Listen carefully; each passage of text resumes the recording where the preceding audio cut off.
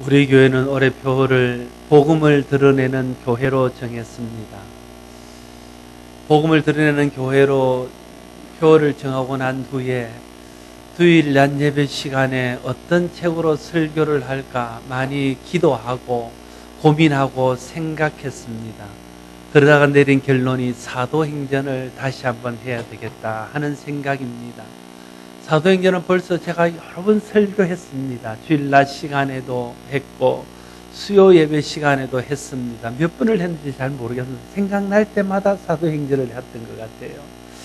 그것은 우리 교회가 사도행전적인 교회가 되기를 소원하는 마음이었는데 제 교회가 그렇게 됐는지는 잘 모르겠습니다.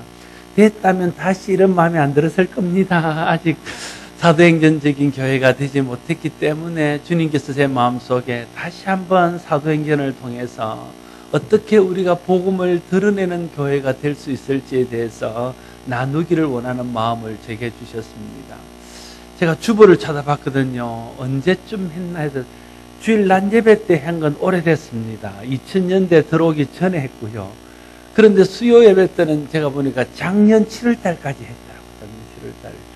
그래서 갈등이 있었지만 그래도 마음속에 강한 소원이 있고 또 하나님의 특별한 마음 주신 것이 있어서 오늘부터 사도행전을 통해서 어떻게 복음을 우리 이웃에 또 복음을 우리 민족 가운데 열방 가운데 드러낼 수 있을지에 대해서 함께 하나님이 주시는 말씀을 듣기를 소원합니다. 하나님의 말씀은 그때그때에 맞게 역사하시기 때문에 다시 사도행전을 설교한다 해도 또 하나님이 다시 그에 맞는 은혜를 주실 줄 믿습니다. 제가 이제 사도행전을 이제 준비하면서 저도 처음 하는 것 같아요. 은혜잖아요. 처음 하는 것 같아요. 또 그래서 제 마음속에 감동이 있고 또 여러분도 크게 마음에 말씀을 오래 담아두는 성격이 아니기 때문에 말씀을 다 잊어버렸으리라 믿고 다시 새로운 마음으로 사도행전을 통해 주시는 하나님 말씀에 귀를 기울일 수 있기를 바랍니다.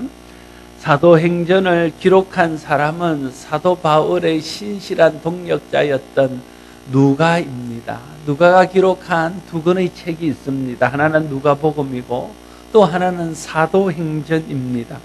그런데 특이하게도 누가는 이 두 권의 책을 기록하면서 이 두 권의 책을 다 데오빌로라는 사람에게 써서 보내고 있음을 볼 수 있습니다. 누가복음 1장 1절에서 4절에 보면 우리 중에 이루어진 사실에 대하여 처음부터 목격자와 말씀의 일꾼된 자들이 전하여 준 그대로 내력을 저술하려고 붓을 든 사람들이 많은지라 그 모든 일을 근원부터 자세히 미루어 살핀 나도 데오빌로 각하에게 자세히 써 보내는 것이 좋은 줄 알았노니 이는 각하가 알고 있는 바를 더 확실하게 하려 함이로라 말하고 있습니다. 그리고 오늘 본문 사도행전 1장 1절에서 3절에도 데오빌로여 내가 먼저 쓴 글에는 물론 예수께서 행하시며 가르치시기를 시작하신부터 그가 택하신 사도들에게 성령으로 명하시고 성천하시는 날까지 이를 기록하였노라. 그가 고난 받으신 후에 또한 그들에게 확실한 많은 증거로 친히 살아계심을 나타내사 40일 동안 그들에게 보이시며 하나님 나라 일을 말씀하시니라 말하고 있습니다.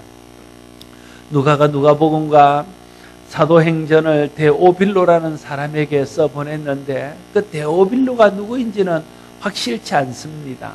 추측하기는 아마 복음에 대해서 관심이 많은 사람이었던 것으로 보여지고 누가가 데오빌로를 각하라고 부르고 있는 것으로 보아서 상당한 지위에 있던 고관이었을 것으로 추측할 수 있습니다. 아무튼 누가는 이 한 사람을 위해서 누가복음과 사도행전을 기록하는 수고를 아끼지 않았다는데 우리의 놀라운 점이 있습니다.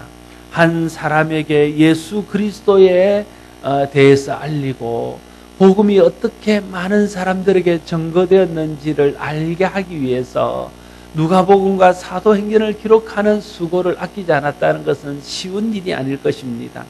한 영혼에 대한 관심, 한 영혼을 귀하게 여기는 마음이 거의 없었다면 이런 일들은 잊지 못했을 것입니다. 한 영혼을 귀히 여기는 누가의 마음이 결국은 데오빌로에게 복음을 전했을 뿐 아니라 오늘까지 남아있는 누가복음과 사도행전을 통해서 많은 사람들에게 예수 그리스도의 복음을 드러내는 그런 은혜가 이루어졌다는 것을 기억해야 할 것입니다. 예수님은 한 사람의 영혼에 대한 관심이 많았습니다. 물론 모든 사람이 구원받기를 원했지만은 구원받지 못한 한 사람, 그냥 집단적으로 다 관심이 있지만은 그 중에서도 또 한 사람 한 사람의 연약한 자들의 관심이 남달랐던 것을 볼 수 있습니다. 그 예가 요한복음에 보면 예수님께서 한 죄 많은 사마리아 여인을 위해서 친히 사마리아로 가셨던 것을 기록하고 있는 것을 봅니다. 그런가 하면 누가복음 15장에서는 세 가지 비유를 통해서 잃어버린 드라크마의 비유와 99마리의 양을 두고 한 마리 양을 찾으러 가는 이런 양의 비유와 집을 나간 아들을 간절히 기다리며 그 아들이 돌아왔을 때 조건 없이 받아주시는 아버지의 이야기를 통해서 한 영혼에 대한 주님의 관심을 우리에게 보여주셨습니다. 사도행전에도 보면 이 빌립 같은 사람, 전도자 빌립이 사마리아에 가서 큰 부흥을 이루고 사마리아에 많은 사람들이 주께 돌아오는 그 역사의 중심에 있을 때에 그를 불러내어서 아무도 살지 않는 광야로 보내심으로 그곳에서 이디오피아 내시 한 사람을 만나게 하고 그에게 복음을 전해서 그를 구원하게 하신 역사가 기록되고 있습니다. 이 모든 일들이 하나님이 한 영혼에 대한 관심, 한 영혼에 대한 사랑을 우리에게 보여주는 것이라 할 수 있습니다. 한 영혼에 대한 사랑과 열정이 있어야 우리도 전도할 수 있습니다. 한 영혼에 대한 열심과 열정이 있어야 선교할 수 있습니다. 복음을 드러내어 잃어버린 영혼을 구원할 수 있습니다. 저와 여러분 속에 하나님의 영이 임하시고 하나님의 영이 감동하심으로 한 영혼을 귀하게 여기는 마음들이 있게 되기를 바랍니다. 우리 곁에 있는 구원받은 영혼들도 귀하게 여길 뿐 아니라 아직 구원받지 못한 주님 밖에 있는 영혼들을 귀하게 여기는 마음들이 저와 여러분 마음속에 있어서 그 영혼을 구원하는 일을 위해서 어떤 수고도 아끼지 않는 그런 성도들이 될 수 있기를 바랍니다. 1절과 3절에서 누가복음에 기록한 범위를 말하고 난 누가는 4절부터 누가복음에 이어지는 사도행전의 역사를 본격적으로 기록하고 있습니다. 4절로부터 8절은 그 후에 부활하신 예수님께서 성천하시면서 남기신 마지막 말씀을 기록하고 있습니다. 그 중에서도 4절, 5절은 성령을 보내주실 것에 대한 예수님의 약속의 말씀을 기록합니다. 4절과 5절을 같이 한번 읽겠습니다. 4절, 5절을 읽습니다. 시작.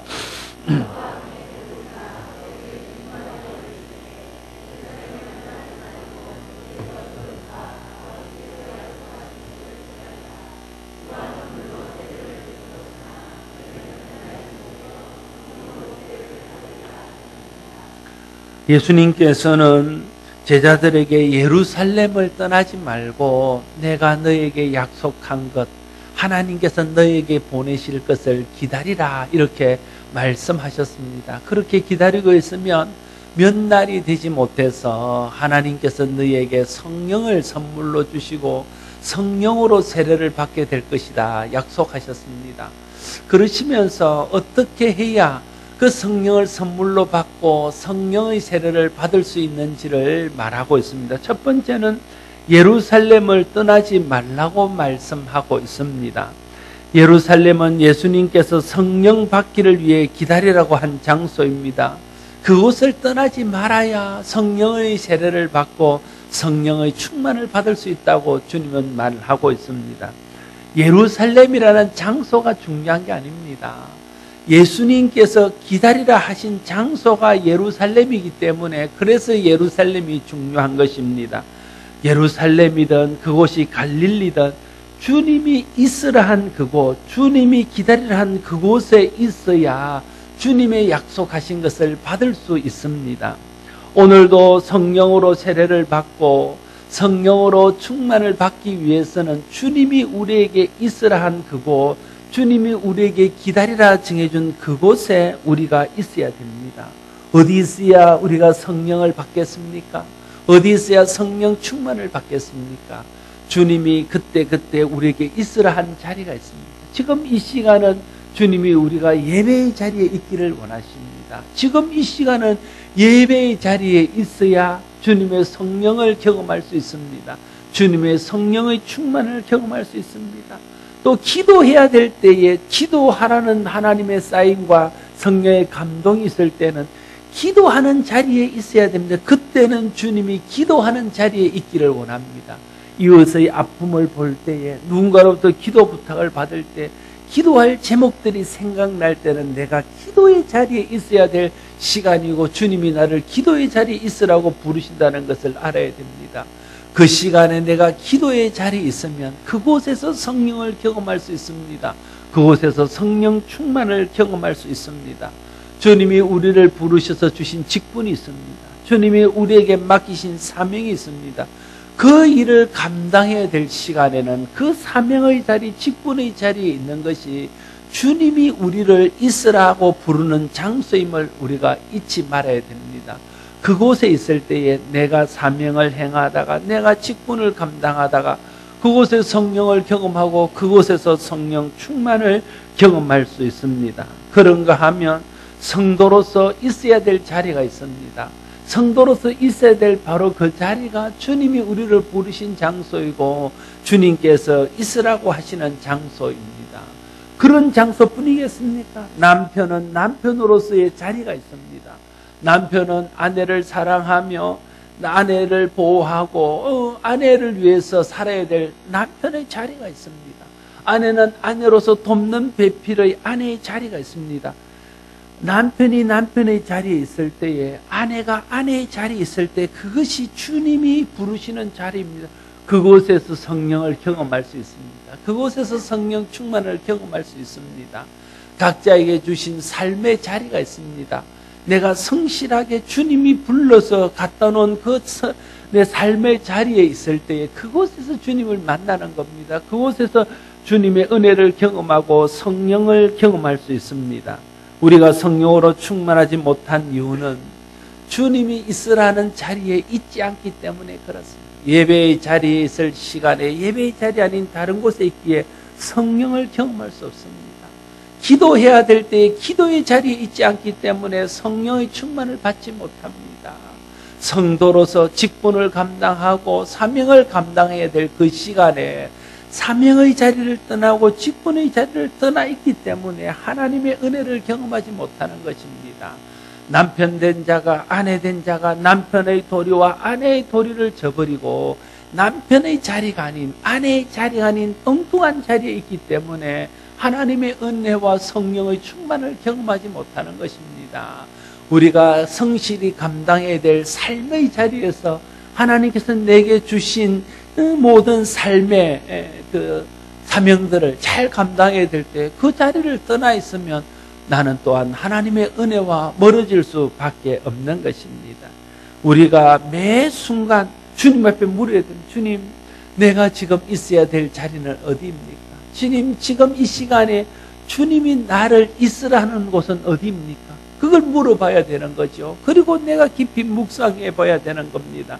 그러면서 내가 지금 있어야 될 자리에 있는지, 지금 내가 주님이 부르신 그 자리에 있는지, 내가 주님 지금 있으라고 보내신 그 자리에 있는지를 점검해보고 그 자리를 지키며 그 자리를 떠나지 않아야 됩니다. 그래야 우리가 성령 받을 수 있습니다. 성령의 충만함을 받을 수 있습니다. 하나님의 은혜를 경험할 수 있습니다.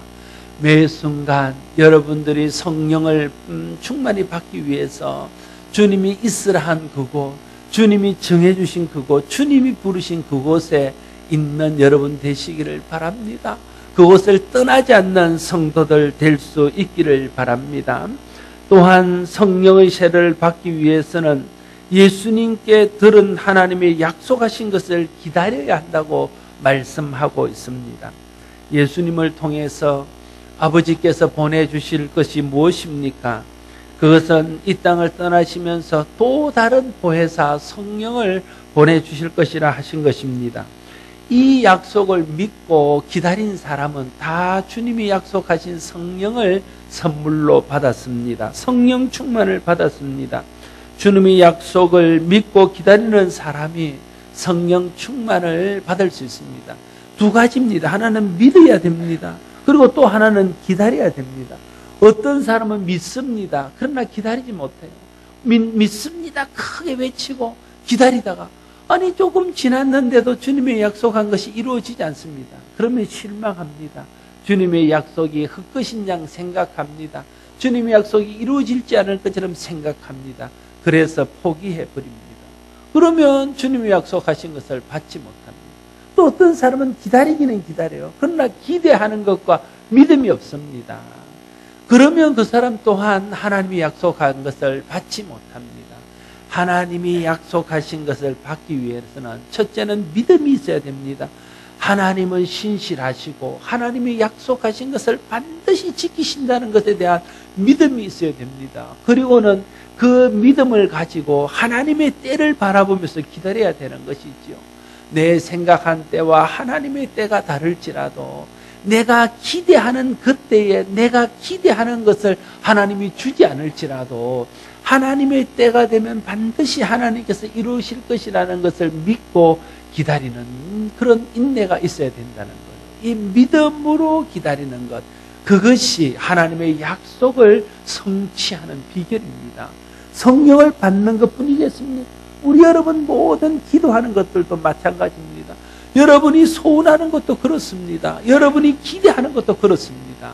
여러분이 소원하고 기대하고 바라는 것이 있으면 하나님께서는 바라는 자에게 기대하는 자에게 그 소원을 만족해 하시고 구하는 자에게 구하는 것을 주시는 분이라는 것을 믿는 믿음을 가져야 되고 그리고는 주님께서 때가 되셔야 주신다는 주님이 때를 기다리는 그런 인내가 있어야 됩니다. 그 믿음과 인내, 믿음과 기다림 이 두 가지가 충족되어질 때에 하나님이 우리에게 약속하신 것을 받는 은혜가 있게 되어질 것입니다.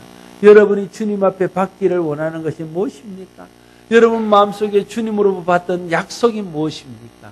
믿음으로 기다리십시오. 하나님께서 때가 되면 하나님의 약속대로 이루어 주시는 것들을 경험하게 될 것입니다.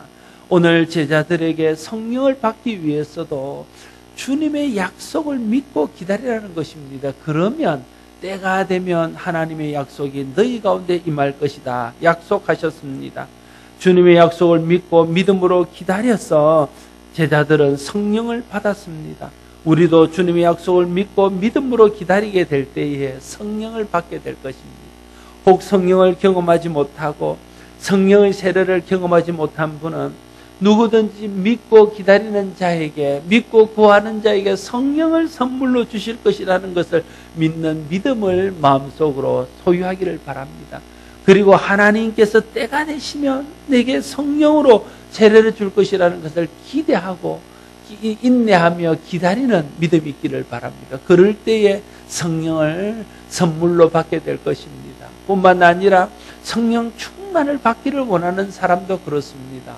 하나님 앞에 성령 충만을 구할 때에 주께서 우리에게 성령 충만을 부어주실 것을 믿고 주님이 있으라 하신 그곳에서 주님의 약속을 믿는 믿음을 가지고 인내하고 기다리면 때가 되면 하나님께서 우리에게 성령으로 충만케 하는 은혜를 베풀어 주실 것입니다. 저와 여러분 모두가 주님이 있으라 한 곳에 있으면서 주님의 약속을 믿고 기다림으로 주님이 약속한 성령으로 충만케 되어지는 은혜를 경험할 수 있게 되기를 바랍니다. 예수님께서 믿음으로 기다리면 몇 날이 못 되어서 하나님이 약속하신 것을 선물로 받게 될 것이다 이야기하자 제자들은 그때가 이스라엘이 회복되는 때라고 믿었습니다. 그래서 그들은 묻습니다. 6절에 보면 그들이 모였을 때에 예수께 여쭈어 이르되 주께서 이스라엘 나라를 회복하심이 이때니까 하니 이렇게 말하고 있습니다. 제자들의 관심은 이스라엘 나라의 회복이었습니다. 다시 말하면 메시아가 이스라엘에 와서 이스라엘을 압제하고 있는 로마를 무력으로 무너뜨리고 메시아가 통치하는 그런 메시아의 왕국이 이스라엘 가운데 세워지는 것을 그들은 기대하고 있었다 하는 겁니다. 그때 대부분의 유대인들은 다 그런 메시아를 기대하는 마음들이 있었습니다. 제자들도 그들과 다르지 않게 정치적인 메시아를 기대하고 있었다는 것을 알 수 있습니다. 사람들이요, 생각이 잘 안 바뀝니다. 사람이 잘 안 바뀝니다. 정말 사람이 잘 안 바뀌어요. 생각이 잘 안 바뀔 뿐 아니라 습성이 잘 안 바뀌고요, 품성이 잘 바뀌지 않습니다. 어떻게 해야 바뀔까요? 잔소리로도 안 바뀌고, 윽박 지르는 것도 안 바뀌고, 위로하고 격려하는 것으로도 잘 안 바뀝니다. 바뀌는 것은요, 은혜 받아야 바뀝니다. 성령 충만 받아야 바뀝니다. 사람이 성령 충만을 받게 되면 본질이 바뀌게 돼요. 왜냐하면 성령 충만 받게 되면 우리 속에서 성령의 열매가 맺히거든요. 성령의 열매가 우리 인격의 변화입니다. 품성의 변화예요. 사랑과 희락과 온유와 자비와 양성과 충성과 오래 참음, 이런 사람이 바뀐다니까요. 사람의 본질이 변한다니까요. 우리가 흔히 말합니다. 사람 잘 안 바뀝니다. 그렇죠. 은혜 안 받았기 때문에 잘 안 바뀌는 거예요. 은혜 받아야 잘 바뀝니다. 성령 충만하면요, 사람 바뀝니다. 그래서 우리가 성령 충만을 받아야 되는 거예요. 성령 충만 받기 전에는요, 제자들도 안 바뀌었습니다. 3년 동안 주님을 따라다니면서 그렇게 가르침을 받고, 주님이 내가 이 땅에 온 것이 단순히 이스라엘 나라의 회복이 있지 않고 모든 민족과 모든 열방을 구원하는 데 있다는 것을 끊임없이 말하고, 그래서 너희도 가서 모든 민족으로 제자를 삼아야 되고 땅끝까지 이르러 복음을 전해야 된다고 그렇게 말씀을 했는데도 불구하고 주님께서 좀 있으면 약속한 것이 이루어질 것이다 그러니까 그때가 메시아 왕국이 이루어집니까? 이렇게 묻고 있다는 거예요. 생각이 안 변하는 것입니다. 언제 이 제자들이 변했습니까? 성령 받고 성령 충만을 받았을 때 그들이 바뀌었습니다. 우리도 그렇습니다. 언제 바뀝니까? 성령 받고 성령으로 충만케 되어져야 바뀝니다. 여러분, 남편 바꾸고 싶습니까? 물론 남편이 교환하는 건 아니고 남편의 품성, 남편의 이걸 바꾸고 싶으면요, 뭐 잔소리하고는 안 바뀝니다. 기도해야 바뀌죠. 뭐라고 기도해요? 주님, 우리 남편을 손을 좀 보십시오. 이렇게 하면 안 되고요. 하나님, 우리 남편이 성령을 경험하고 우리 남편이 하나님의 영으로 충만케 되어져서 성령 충만한 사람이 되게 하시고, 한 번 성령 충만한 데 거치지 않고 계속해서 성령 충만한 자리에 머물게 해 주십시오. 그러면요, 변하는 겁니다. 성령 충만이 계속 우리 속에 머물고 있으면요, 내가 성령 충만한 사람이 되고, 그러면서 성령의 열매가 맺히면서 내 사람이 바뀌는 거예요. 품성이 바뀌고요, 내 모든 본질이 바뀌는 것입니다. 여러분 자신을 위해서도 자녀를 위해서도 마찬가지입니다. 성령 충만 받을 때에 변할 수 있습니다. 예수님께서 약속하신 것을 보내시는 때가 이스라엘의 회복의 때가 아니라는 것을 주님은 분명하게 설명하고 있습니다. 7절과 8절도 같이 한번 읽습니다. 7절, 8절을 읽습니다. 시작.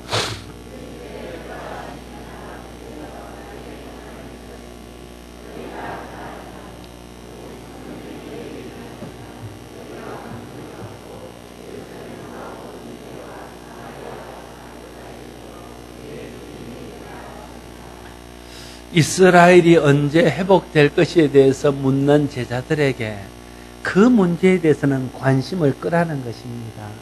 이스라엘의 회복은 하나님이 때가 되면 어련히 알아서 할 일이지 너희가 그 일에 대해서 관심 가질 것은 없다는 거예요.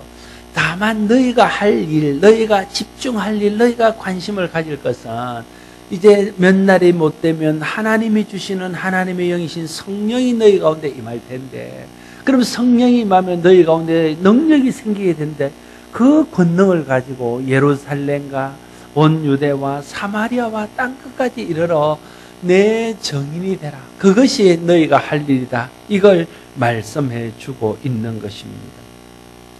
이스라엘이 언제 회복될 것에 대해서 묻는 제자들에게 주님께서 우리에게 약속하시는 것은 이스라엘의 회복에 국한되는 것이 아니라 성령을 통해서 모든 민족이 영적으로 회복되어지고 잃어버렸던 에덴 동산의 축복을 회복하는 것을 하는 것에 있다는 것을 주님이 우리에게 말씀하고자 하는 것입니다. 여러분, 우리의 치명적인 약점 중 하나는 우리가 신경 써야 될 것은 신경을 잘 안 쓰고 하나님이 알아서 하실 것에 대해서 너무 신경을 많이 쓴다는 것입니다. 대부분 우리가 너무 관심을 가지고 있는 것은요, 하나님이 하실 일들입니다.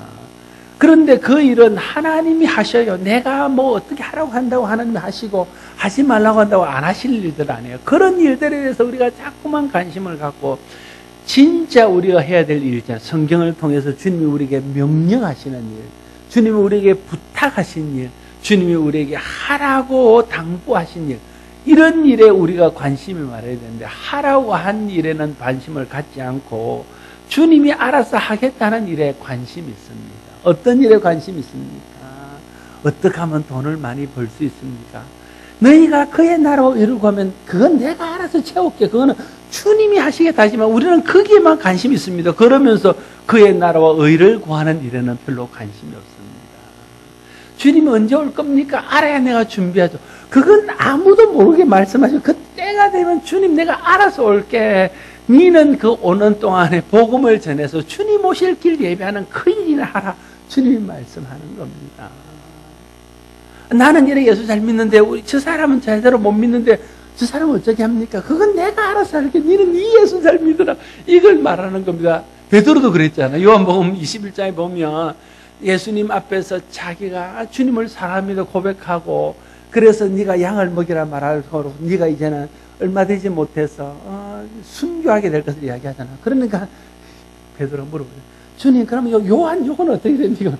그건 내가 알아서 할게. 그걸 내가 막 끝까지 살리지 말고 그건 네가 알 일이 아니고 니는 나서 양치고 네 할 일 해라. 이걸 말하는 거예요. 우리는 너무 하나님이 하실 일에 관심이 많아요. 그건 하나님이 하십니다.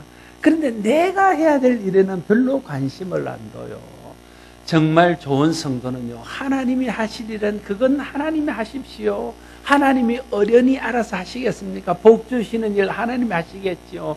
옆에 사람 손 보는 것 하나님이 하시겠지요. 주님 오실 때가 되면 주님 오시겠지요. 그동안 저는 주님 하신 일 하겠습니다. 사랑하고 주님 섬기고 복음 전하고 예배하고 일 제가 하겠습니다. 그 일에 집중하고 그 일에 관심을 두는 사람이 그 사람이 진짜 좋은 믿음의 사람이라는 것입니다. 여러분, 하나님이 하시고자 하는 일에 대해서 너무 신경 쓰지 않기를 바랍니다. 여러분이 신경 쓴다고 하나님이 어떻게 바뀌지 않습니다. 하나님은 하나님의 계획을 가지고 하나님의 주권을 가지고 하나님 일들을 하십니다. 우리가 할 일은 주님께서 우리에게 명령하신 일, 주님께서 우리에게 부탁하신 일, 주님께서 우리에게 하라고 하시는 일에 집중해야 됩니다. 그러면 하나님께서 하시는 일들을 통해서 우리가 그때에 맞는 은혜들을 경험하게 되고 그때 부으시는 하나님의 복들을 받게 되어질 것입니다. 하나님이 하실 일들을 내가 누리는 비결은 하나님을 바라보고 있는 것이 아니라 하나님이 내게 하라고 하신 일을 하는 겁니다. 그러면 그 모든 것은 더하여 주시는 하나님의 은혜들을 경험하게 될 것입니다. 여러분이 정말 관심을 가져야 될 때 관심을 갖고 또 하나님이 하실 일들에 대해서 너무 간섭하지 않기를 바랍니다.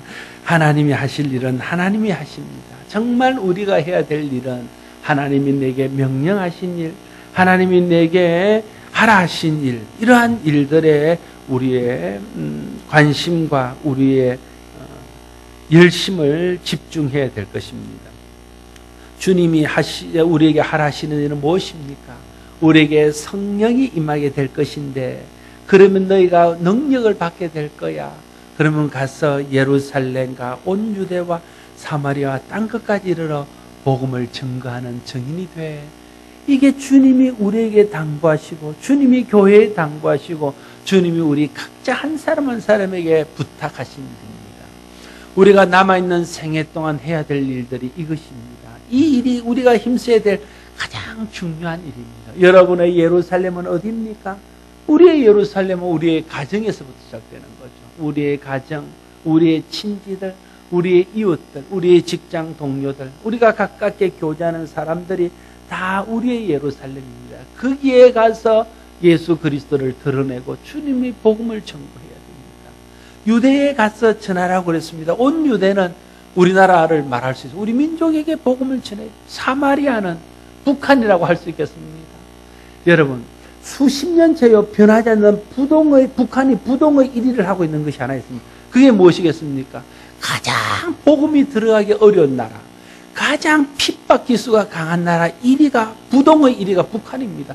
이란, 이라크, 사우디아라비아 이런 나라는요 그 뒤에입니다. 1위는 항상 1위는 북한입니다. 그래서 우리의 사마리아 북한에 우리 관심이 있어야 돼요. 북한 동포들이 복음을 듣고 그들도 함께 구원받는 일에 관심이 있어야 됩니다. 그래서 우리 민족을 위해서 기도할 때에 꼭 북한도 함께 기도해야 됩니다. 북한이 무슨 잘못이 있습니까? 그 위에 독재하는 사람들이 잘못인 것 아닙니까? 그 백성들을 위해서 우리 기도하고 그 백성들이 구원의 은혜를 경험할 수 있도록 기도해야 됩니다. 세계 곳곳에 선교사가 들어갈 수 없는 지역, 힘들게나 들어갈 수 없는, 그러나 북한은 거의 선교사가 들어갈 수 없는 지역이에요. 그게 얼마나 어렵습니다. 그게 우리의 사마리아입니다. 우리의 숙제입니다. 그리고는 땅끝입니다. 복음을 듣지 못한 모든 민족들, 누군가 가서 복음을 전하지 않으면 복음을 들을 길이 없는 미전도 종족들, 그들에게도 관심을 갖고 그들에게 복음 전하는 일을 계속해야 됩니다. 가서 전하든지 기도로 중보하든지 물질을 보내든지 가는 사람을 격려하고 위로하든지 어떤 형태로든지 복음 전하는 일을 하는 그것이 주님께서 우리에게 하라고 당부하신 일입니다. 우리가 이 일에 집중하고 이 일에 관심을 갖고 이 일에 열심을 낼 수 있기를 바랍니다. 그런데 여러분, 우리의 힘으로 이 일을 잘 할 수 없습니다. 소원은 있습니다. 전도하고 싶은 소원은 다 있잖아요. 저도 많은 사람들을 전도하고 싶은 소원이 있습니다. 선교해야 된다는 소원은 있잖아요. 모든 열방이 주께 돌아오기를 바라며 선교하고자 하는 소원이 있습니다. 그러나 우리의 뜻대로 잘 되지 않습니다. 왜 그렇습니까? 우리 속에는 주님의 명령에 순종할 만한 능력이 없기 때문에 그렇습니다. 우리 속에는 주님의 명령에 순종할 만한 실력이 없기 때문에 그렇습니다. 그래서 주님이 우리에게 무엇을 약속하셨습니까? 성령을 약속하셨습니다. 오직 다른 방법이 없다. 오직 성령이 너에게 임하시면 너희가 권능을 받을 거라는 거예요. 우리에게 없던 능력, 파워가 성령을 통해서 우리에게 들어올 것이라는, 그러면 너희가 그 권능으로 예루살렘과 온 유대와 사마리아 땅끝까지 이르러 내 증인이 될 수 있다. 주님이 말씀하고 있습니다. 성령을 받는 게 먼저입니다. 성령 충만하는 것이 우선입니다. 일하는 게 먼저 아니에요. 사역을 감당하는 게 먼저가 아닙니다. 내가 어떤 사역을 감당하기를 원하면, 내가 어떤 일들을 하기를 원하면 먼저 성령을 받아야 되고 성령으로 충만케 되어져야 됩니다. 기도해야 되는 거죠. 그 일을 위해서 기도해야 됩니다. 요즘 저희 교회에 여러 부서들이 다시 의시해서 힘을 얻어서 잘해보려고 하는 거 보면서 제 마음속에 굉장한 소원이 있습니다. 막 게시판 정리도 다 새로 하고요. 특별히 유치부들이요, 막 열심을 내려고 하는 것 같아요. 그래서 제가 토요일 앉아있어 보면 막 3층으로 옮겼습니다. 그것도 넓은 방을 달라고. 얼마나 모으려고 그런지 넓은 방을 달라고. 넓은 방을 줬습니다. 3층으로 옮겼더니 막 얼마나 뜨겁게 기도를 하는지, 막 설교 준비가 잘 안 돼요. 기도가 너무 감동이 있습니다. 하나님께서 뭔가 부으실 것 같은 기대가 있습니다. 모든 부서들이 좀 새롭게 전사님들과 함께 새로 하고자 하는 이런 마음들이 있는 것을 보고 너무 마음에 감격이 있습니다. 그래야 성령이 임할 것, 성령이 임해야, 성령의 권능을 받고 성령의 권능으로 해야 기대하는 부흥도 있고 기대하는 열매도 있습니다. 성령의 능력이 아니고서는 우리 능력으로 할 수 없는 게 영적인 일입니다. 영혼을 구원하는 일, 사람을 살리는 일을 우리가 어떻게 우리 힘으로 할 수 있겠습니까? 그런 실력은 우리 가운데 없습니다.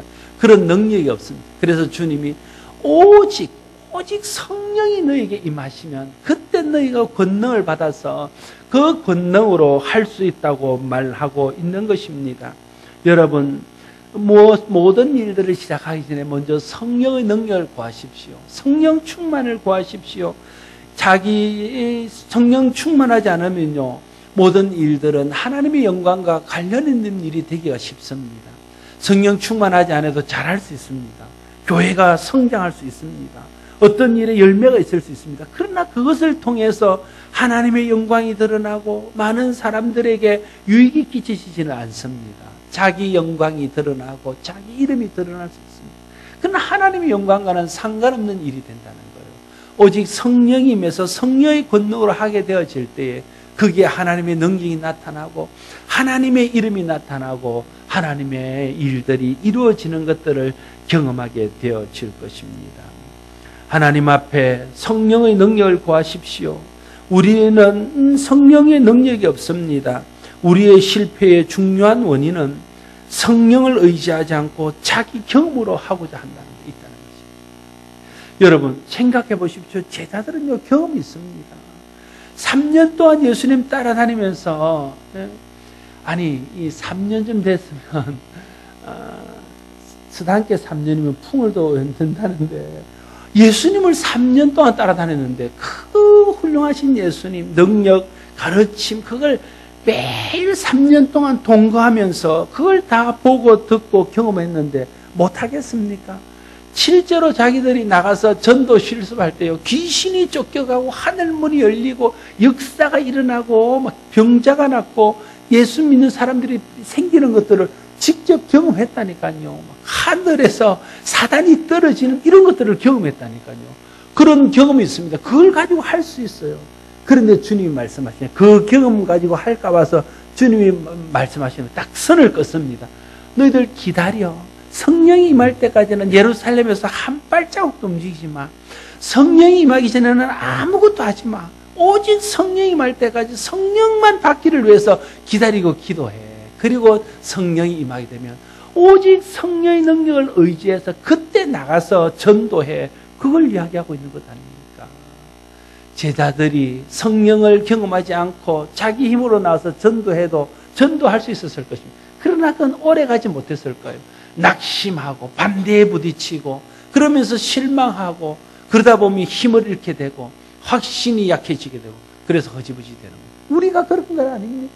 성령의 능력을 의지하지 않으면요, 처음에는 다짐합니다. 내가 올해 교사해야지, 내가 오늘 찬양대원 해야지, 올해 내가 충성해야지, 사역자원서에 막 볼펜으로 진하게 동그라미 치고 다짐합니다. 그러나 얼마 가지 못해서 낙심하는 거예요. 내가 괜히 했다, 안 할 걸, 그만둘 수도 없고 체면해, 이런 생각들이 자꾸만 드는 겁니다. 하면서 시험 들고 하면서 낙심하고 상처받고. 왜 그렇습니까?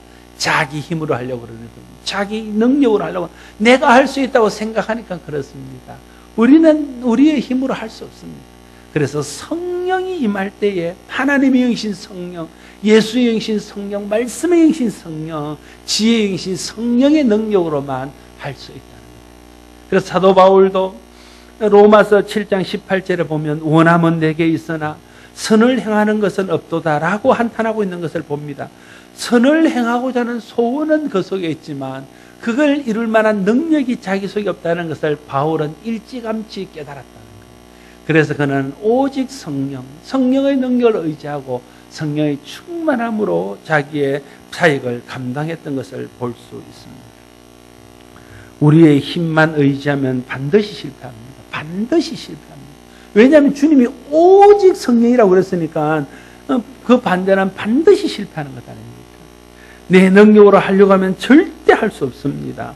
성령의 능력으로만 할 수 있습니다.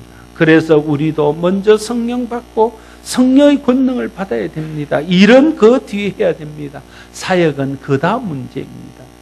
저와 여러분 모두가 먼저 주님이 정해주신 장소를 떠나지 않고 주님이 약속하신 성령을 믿음으로 기다려서 성령 충만을 받게 되기를 바랍니다. 그리고 그 자리에서 계속해서 주님 앞에 구함으로 성령 충만을 유지할 수 있기를 바랍니다. 그러면 여러분 속에 이전에 내게 없던 능력이 생긴 것을 알게 될 것입니다. 그 능력, 그 힘, 그 은혜를 가지고 일하게 되면 거기에서 복음이 열매를 맺고 하나님의 일들이 이루어지며 하나님의 영광이 드러나는 것들을 경험하게 되어질 것입니다. 예수님께서 이 말씀을 마치시고 제자들의 보는 앞에서 성천하셨습니다. 9절에서 11절 말씀에 보면 이 말씀을 마치시고 그들이 보는 데 올려져 가시니 구름이 그를 가리어 보이지 않게 하더라. 올라가실 때에 제자들이 자세히 하늘을 쳐다보고 있는데 흰옷을 입은 두 사람이 그들 곁에 서서 이르되 갈릴리 사람들아 어찌하여서 하늘을 쳐다보느냐. 너희 가운데에서 하늘로 올리신 이 예수는 하늘로 가심을 본 그대로 오시리라 하였느니라 말씀하고 있습니다. 이 말씀도 앞에 있는 말씀과 맥락을 같이 하고 있습니다. 예수님이 성천하시는 것을 보고 있습니다. 제자들이 넋을 잃고 그걸 쳐다봅니다. 예수님이 가시면 우리는 어떻게 할까? 예수님이 저 모습으로 가시면 우리는 어떻게 될까? 그런 생각을 가지고 하늘만 하염없이 쳐다보고 있는 겁니다. 그러니까 올림 받던 천사들이 제자들을 꾸짖습니다. 너가 언제까지 하늘만 보고 있을래? 예수님이 하라는 일이 있었지 않니? 가서 성령을 기다리면서 기도하지. 그러면 주님이 때가 되면 주님은 다시 가신 모습 그대로 다시 오실 거예요. 그동안에는 너희가 해야 될 일들을 하라. 그걸 이 말씀을 통해서도 하고 있는 것 아닙니까? 우리도 하늘만 쳐다보고 있으면 안 됩니다. 물론 주님 오실 날을 기대하고 사모해야 됩니다. 그렇다고 해서 하늘만 쳐다보고 손 놓고 있으면 안 된다는 거예요. 주님이 오실 때까지, 주님이 반드시 오실 때까지 우리가 해야 될 일은 주님이 우리에게 당부하신 대로 성령을 기다리고 성령 충만을 받고 성령의 능력을 통해서 예루살렘과 온 유대와 사마리아와 땅끝까지 이르러 복음을 전하는 일, 그 일들을 우리가 해야 된다. 사랑하는 성도 여러분, 주님은 구원받은 우리가 다 성령 충만을 받고 성령의 권능을 덧입어 그리스도의 복음을 전가하는 증인 되기를 원하십니다. 한 영혼을 귀하게 여기고 그 영혼이 구원받기를 위해서 일하는 저와 여러분이 되시기를 바랍니다. 그러나 우리 소원이나 우리 힘만으로는 이 일을 다 할 수 없습니다. 그래서 예수님이 우리에게 성령을 약속하셨고 하나님이 우리에게 성령을 주셨습니다. 주님이 주시는 성령의 능력으로 충만하게 될 때에 이 일들을 할 수 있습니다. 저와 여러분들이 주님이 있으라 하신 곳에 있고 주님이 약속하신 성령을 믿음으로 기다려서 성령 충만을 받게 되기를 바랍니다. 그리고 그 권능으로 땅끝까지 이르러 그리스도의 증인이 되라 하신 주님의 명령에 순종하는 삶을 살 수 있기를 바랍니다. 정말 예수 그리스도뿐이라면, 정말 예수 그리스도만이 구원의 길이라면, 정말 예수 믿어야 천국 갈 수 있고 안 믿으면 지옥 간다면 우리가 복음 전하는 일을 해야 되지 않겠습니까? 그게 진짜 길이라면, 그게 진짜 진리라면 그거 우리가 드러내야 되지 않겠습니까? 주님이 그걸 하라고 우리를 부르시고 그걸 하라고 우리 교회를 세우셨습니다. 그걸 하라고 원래 우리 교회에 복음을 드러내는 교회라는 표어를 주셨습니다. 성령의 권능으로 주님의 명령에 순종하는 저와 여러분들이 되시기를 바랍니다. 저와 여러분을 통해서 올 한 해 동안 우리의 이웃인 예루살렘과 우리 민족인 유대와 우리의 북한 땅과 또 열방이 예수 그리스도의 복음을 듣고 복음이 드러나서 그 복음으로 인하여 구원받고 주께 돌아오는 역사가 있게 될 것입니다. 그것을 함께 이루어가는 저와 여러분 모두가 될 수 있기를 바랍니다. 기도하겠습니다. 아버지 하나님, 정말 예수 그리스도뿐이라면, 정말 이 길만이 유일한 구원의 길이라면, 정말 증인되는 것이 사람들의 영혼을 구원하는 유일한 방법이라면 우리가 증인되는데 목숨을 걸어야 함을 깨닫습니다. 아버지 하나님, 그러나 우리의 힘으로 우리의 능력으로 이 일을 잘 할 수 없음을 주님이 아십니다. 우리가 주님이 있으라는 곳에 순간순간 있게 하시고 주님이 약속한 성령을 믿음으로 기다리며 구하게 하시고 성령 충만을 받고 그 충만함을 유지할 수 있도록 도와주시옵소서. 그래서 주님이 주시는 성령의 능력으로 주님이 부탁하신 이 일들을 잘 감당함으로 우리를 통해서 복음이 드러나고 많은 사람들이 그 복음을 해서 구원받고 주님의 나라가 이 땅에 확장되어져 가는 올 한 해가 될 수 있도록 주의 역사하여 주시옵소서. 예수님 이름으로 기도드리옵나이다.